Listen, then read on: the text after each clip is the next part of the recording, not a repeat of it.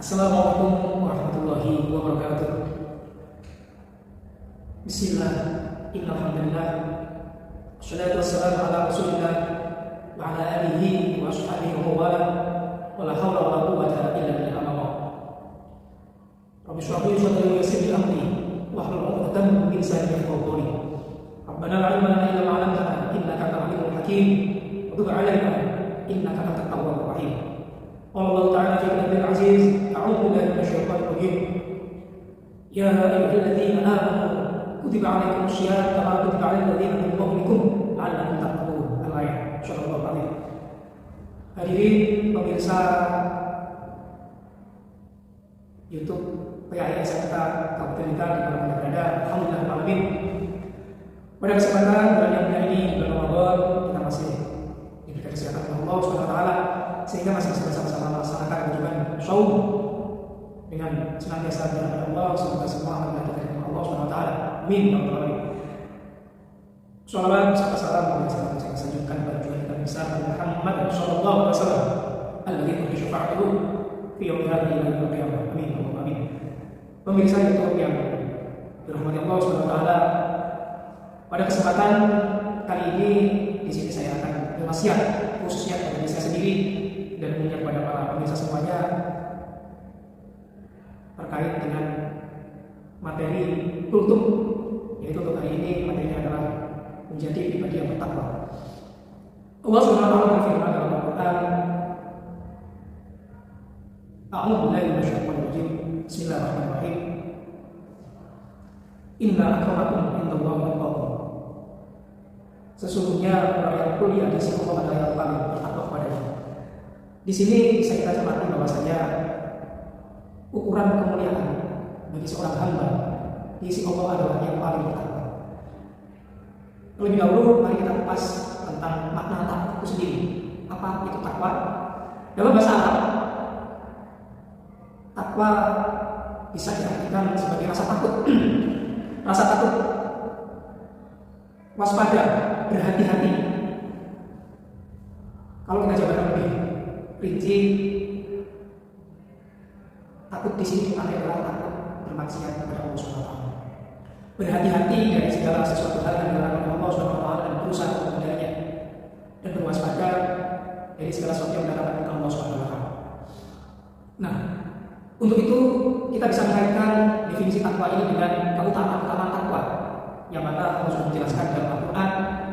Bisa kita lihat pada surat At-Tolak di beberapa ayat dengan lugas Allah menjelaskan tentang hikmah atau keuntungan fadilah dari orang yang bertakwa. Pada ayat 2, di akhir ayat Allah menyebutkan A'udzu billahi minasyaitonir rajim wa may yattaqillaha yaj'al lahu makhraja, yang artinya amin, dan barang siapa yang bertakwa pada Allah niscaya dia akan membukakan jalan keluar baginya.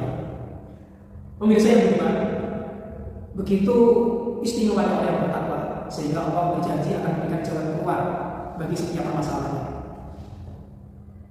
Pertanyaan yang mungkin bisa kita tanyakan kepada kita sendiri adalah, sudah kita bertakwa? Nah, ini mungkin sesuatu hal yang perlu kita sadari bersama, perlu kita evaluasi ke diri kita masing-masing. Sudahkah selama ini kita melaksanakan amalia yang mencerminkan ketakwaan kepada Allah Subhanahu wa taala? Apakah ibadah kita ketika kita ramai-ramai atau sendirian itu sama? Kita tidak merasa berbeda? Apakah perbuatan kita ketika beramai-ramai dengan teman-teman atau sendirian itu sama saja? Kalau kita sudah merasa ada yang mengawasi ataupun tidak dari semua amal ibadah kita, dan kita merasakan ada pengawasan Allah Subhanahu wa taala di sana, insya Allah itu menjadi indikator salah satu orang yang bertakwa. Karena mengapa?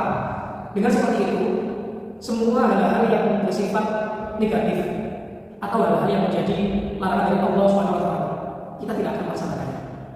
Karena kita selalu merasa diawasi oleh Allah Subhanahu wa taala, entah di keramaian atau di tempat sepi ketika kita sedang sendiri. Nah, pemirsa yang dirahmati Allah, hal tersebut mari bersama-sama kita camkan dalam hati masing-masing.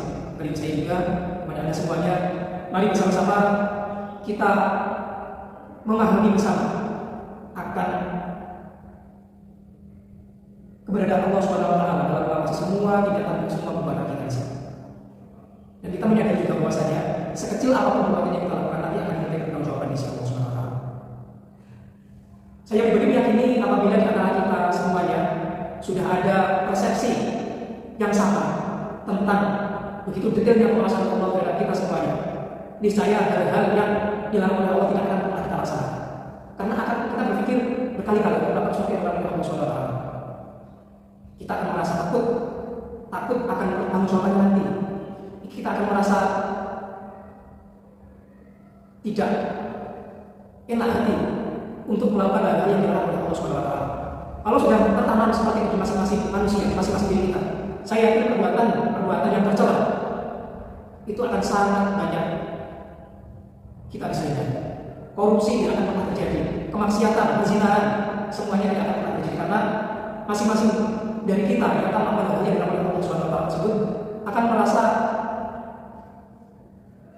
ketakutan untuk ya Allah, kalau saya seperti ini nanti akan tidak lepas dari pengawasan Engkau ya Allah, dan pasti kami nanti akan bertanggung jawabkan apa yang telah saya lakukan selama di dunia.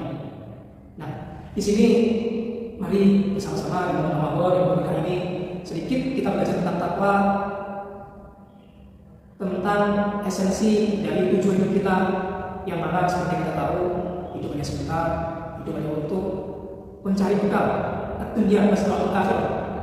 Hidup itu untuk mencari bekal untuk kehidupan yang lebih akhir di akhirat.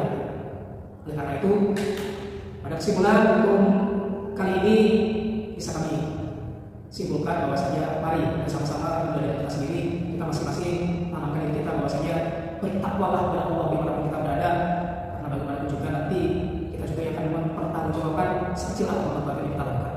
Semoga dengan bertakwa kepada Allah Subhanahu wa taala kita nanti termasuk orang-orang yang Allah Subhanahu wa taala yang menjelaskan dalam surat At-Talaq dari Allah Subhanahu disebutkan akan diberikan jalan keluar pada setiap permasalahan yang kita hadapi.